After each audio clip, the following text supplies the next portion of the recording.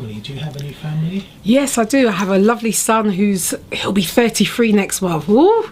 And I've got 3 grandsons, a set of twin boys who are 3 and a 12-year-old elder. Yeah. Wow, that's a wonderful example, isn't it? Yeah, it is.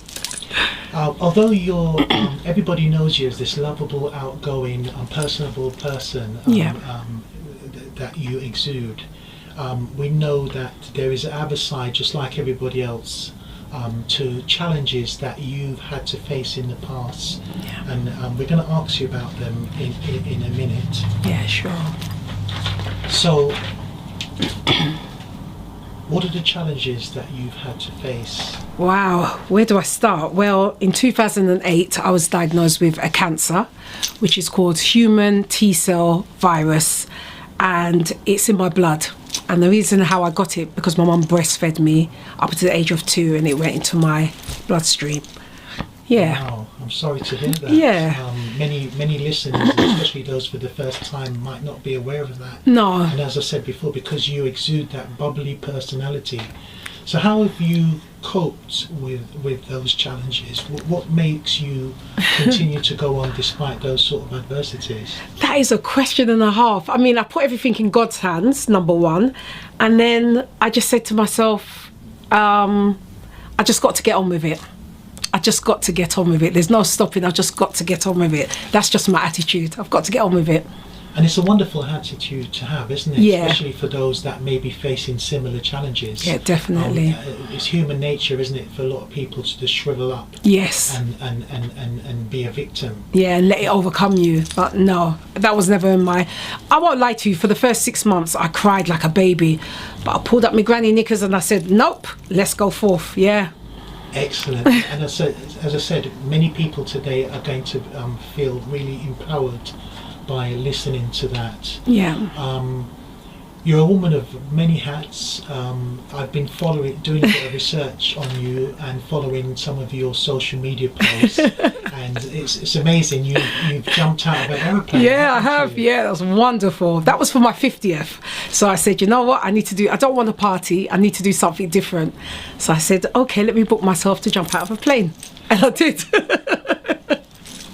Thank you. What was that experience like? It was just meeting God and life. That's all I can say. It was amazing though, absolutely amazing. Yeah. Would I do it again? Yes, I would. Yeah. Excellent. Yeah. Wow. Well, I don't think I'd be following you in your footsteps, but well done for that. Thank you. Was it? How did it feel? Were you breathless? No, I was.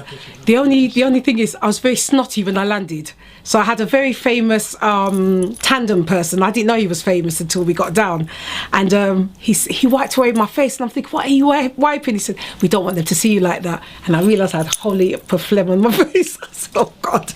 Right, wow, what an experience. Yeah, it was wonderful. I mean, I haven't known you for a long time, but from what I've seen from your social media posts and everything, yeah, you're ready for a challenge. Definitely so. You're yeah, game, yeah, and it's a wonderful spirit to have. Yeah.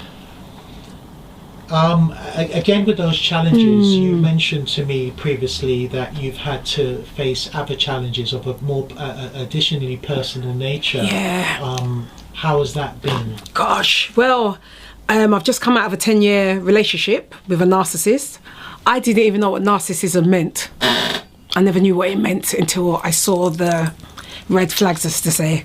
You know, I kept on thinking, because he was older than me, I kept thinking maybe because of his age and I'm younger, maybe, you know, he was insecure that way.